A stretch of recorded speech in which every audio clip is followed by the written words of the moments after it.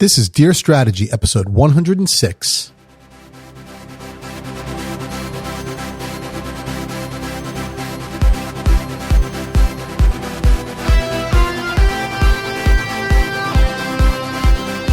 Welcome to another episode of Dear Strategy. We answer all of your questions about product and business strategy. Real questions from real people in real companies, just like yours. Welcome back, strategy creators, to episode 106. This is going to be an episode that features another strategy story where we feature a story about a real life situation that we experienced with a company, and we analyze that situation to try and understand the strategy and see if we can learn some lessons that we could apply into our own businesses. So we started this new format at the beginning of the year. This is 2020 for those of you listening in the future. And the first time we did a story, we did it in the form of a question. The second time, we did it in the form of just a story. We told a story and analyzed it. And I think that second one worked way better than the first. And so we're going to stick to that and do that again here today. Before we get to that, just a shout out for our sponsor, Strategy Generation Company. That's the company that I founded and work for. We deliver strategy training and tools and resources and all kinds of great things. Go visit us at strategygeneration.com if you want to learn more. And also, of course, we hope that you'll go and visit the website for this podcast, dearstrategy.net or .com. They both work. Go ahead and check out all the blogs that we put out there on all the episodes that we have, and use this resource. It's a free resource that we provide through Strategy Generation Company in hopes that, of course, our clients and customers will continue their learning, but also maybe we'll attract some new clients and customers. So if you're interested in working with us or learning more, go to either of those sites and hopefully you'll find some things that you find useful. So let's get to the story. And this, again, is a personal story. As I said, many of these first strategy stories will be, because we don't have a lot of people writing in about their own stories yet, but hopefully that will change. So this is another one that happens to me that I think is interesting to talk about. So sometime, this might have been even as much as 2 years ago, but I started to get more and more interested in crowdfunding. And one of the things that prompted me to get interested in this is I had a podcast called Making It Real. And I hosted that with another person, Tate Tegmeyer, who, great co-host. And our goal or our mission was to try and understand how product entrepreneurs brought their new product ideas to life without the backing of a big company. So, my background has always been big corporate. So if I have an idea, there's a lot of resources and funding to back that idea, assuming that the company likes it. But as an individual, it's far more overwhelming to me to say, okay, I have an idea for a new product or an invention. How do I bring that to market? So we started this podcast to try and understand that. We got all kinds of different people who were product entrepreneurs, meaning that they were independent entrepreneurs who had a product idea and successfully brought that product to life. Some of them had been in business many years. Some were just starting. And most of these guests we got off of these crowdfunding sites like Kickstarter or Indiegogo, where they had put up some new product idea and gotten the company successfully off the ground, largely through crowdfunding. So became pretty familiar with this. And as a result of that, I got really interested in looking around these sites and seeing what new products might strike my eye, and started to invest as a crowdfunder into some of these new products as well. Well, I probably, like most shopping, I went overboard, right? And I, anything related to music technology, which I am a music geek, I said, I'm going to try and fund these things, right? And there were some really cool new inventions out there. And one of them was a brand new type of microphone. I won't say the name or the company or anything else, but it was a brand new type of microphone that had some features and benefits that hadn't been released previously. I thought it was a really, really cool thing. So I'm going to get in on the ground floor of this thing. And now the whole idea behind crowdfunding, by the way, those of you who are not as familiar with it, is you have an idea for a product, you put the idea out on these crowdfunding sites, and you get people to essentially pre-order the products, right? And the idea is you're getting them to pay for those products ahead of you shipping it. So that funds your development and manufacture of these products. So if you don't have the funds to put up to build the products and build the inventory and so forth, then this crowdfunding is a great option for you, right? Because your customers essentially fund your company for you. Now, again, what's really nice about it for the entrepreneurs is that if in the previous world before crowdfunding, if they needed capital or money, they had to go to investors to get that money. And those investors would typically require some return on that investment, usually in the form of some level of ownership of the company, right? Some percentage ownership, just like you see on Shark Tank or whatever else. Sometimes they would give them money in the form of a loan, but you have to pay that back with interest and things of that nature. So there's a lot of downsides to that, right? It's difficult to do, and there's definitely something that you give up in the end. But with this crowdfunding, wow, this is great, right? All I have to do is get my customers to believe in the product enough to pre-order it. That gives me the money that I can fund my projects, and off we go. And it works really, really well. If you have a product that is actually going to become a reality. So a lot of the crowdfunding pieces, they start in the very, very early stages, just at the concept stage. And when you do that, there's a lot lower chance that you're actually going to bring that concept to life. So people who have paid you up front for a product, that may be a product that they never receive, right? Whereas if you're later in the development, you're, let's say, just getting ready to go to manufacture, you have a prototype that's already approved, well, then there's a much higher chance that people that invest in those pre-orders are actually going to get the product that they said that they would get, because, it's nearly a reality. We just need to fund the manufacturing. So that's kind of the different stages and so forth. So back to my story is that I invested in a company that had this great new microphone, and it was pretty late stage, I would say, right? It was like just getting ready to go into manufacturing. This was a company that had made products before. They seemed to be fairly well established. So, hey, I thought this was a pretty surefire thing. So put my pre-orders in. And they said that this is when we're going to expect to ship the product. This is what the product is going to be, and all kinds of things. So bought it. Okay. Months go by, dates go by, and no product, right? We get updates, so forth, saying we're working on it. But late. This is not uncommon, by the way, in any project, particularly on these crowdfunding sites. People can't always commit to the dates or meet the dates, things like that. So it's kind of normal. Anyway, eventually they do ship the product, but here's the problem. They ship a product that is nowhere near what they had promised. They promised all kinds of features and benefits and so forth, and the product just was not equipped with all of those features and benefits. And here's where the story comes in, is that, of course, I'm upset, right?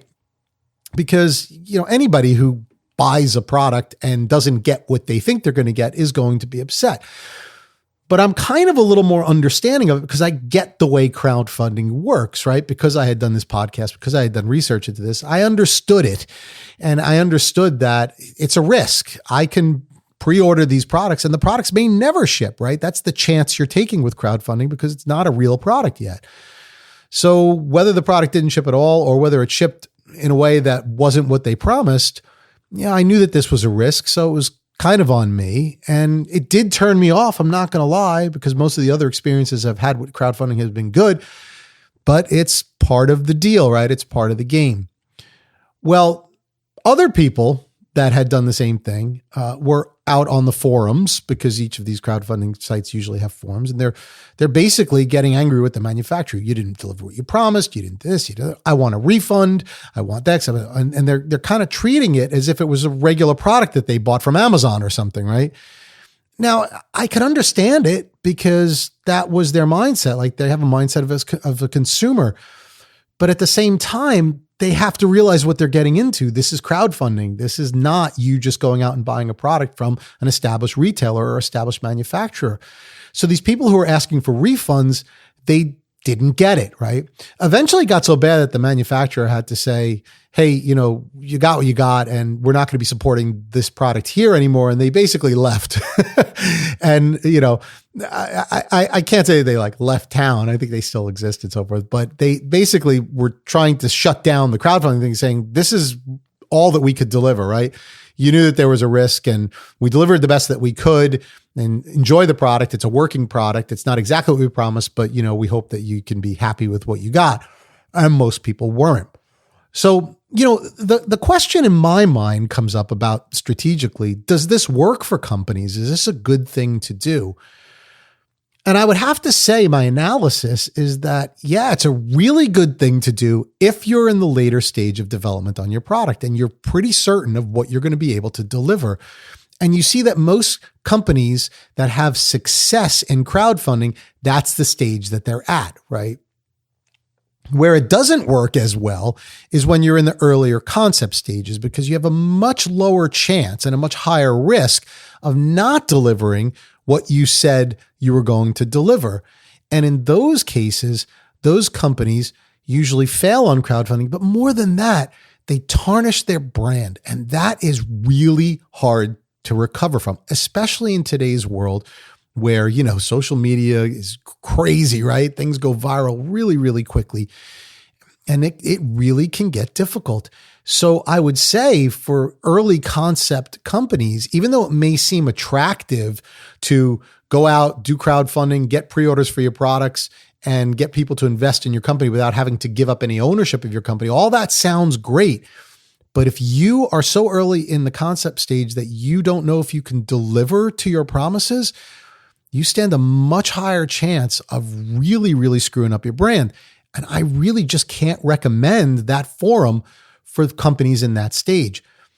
I really think it works though when you're in later stages. You're an established company, you have some brand equity already, you have some track record already, you have your manufacturing lined up, you have a pretty good idea that you're going to be able to deliver this product, you know what the product is going to be, you have really, really well-established prototypes, and all you're really looking for is people to fund your inventory build, right? So instead of you taking capital out of your pocket or going outside to get an investor to help you build inventory, you're getting your customers to build inventory for you. Now, there's still going to be hiccups. There's still going to be differences. There's still things that may go wrong, but most of that is explainable.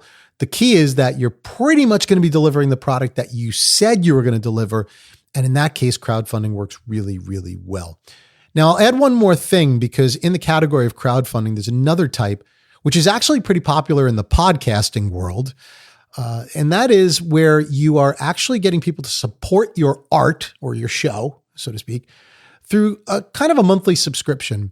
So let's say Dear Strategy had this model, which it doesn't, by the way. Our show is funded by the business that's attached to it. And we use this show as a way to bring in new clients and give value to our existing clients. So that's our model. But let's say that wasn't, right? And let's say that we wanted to do crowdfunding for this show. What we would do is we'd say, hey, if you're a subscriber and you want to support the show, go out to something like Patreon. This is probably the most common place that you would do this. And you can subscribe to our show. You give us a monthly fee. There's set subscription levels. And then every month you basically pay. Now, as long as we're creating content and as long as you continue to want to support us, then, you would just continue to support us monetarily. And what we would give you in return is usually some behind the curtain, special exclusive subscriber benefits.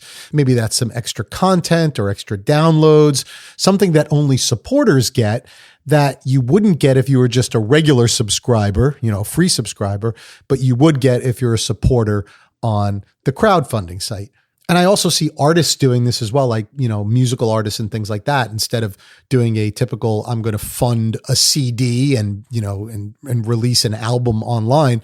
Instead, I'm going to write a song every month and have it funded on a monthly subscription basis through something like Patreon. Works really, really well.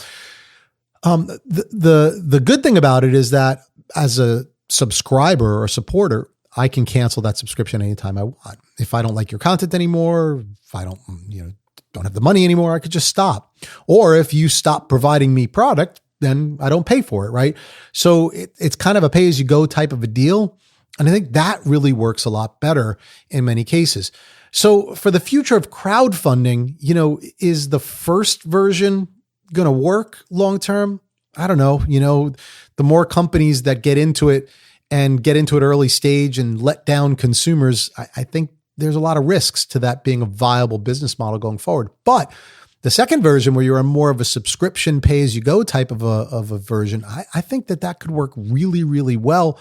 Seems to match up a lot better with consumer expectations. And I just think there's a big future in that. And maybe products will eventually move to some model like that as well. So hopefully, you like this format. Hopefully you have some stories of your own to share. And if you do, we'd love to hear them. So go out to dearstrategy.net, click on the contact link. That'll take you to a form, and you can provide us with a story to be analyzed on the show, or a traditional strategy question, or just feedback. Any of those things are great. We'd love to hear from you. We always love to hear from our community of strategy creators. So we hope you'll go and reach out to us that way. While you're doing that, don't forget to make time for the plan. We'll see you back here on another episode of Dear Strategy. Thanks for joining. Thank you for listening to Dear Strategy with Bob Caparelli. To learn more or to submit a question to be featured on our show, please visit us at dearstrategy.net.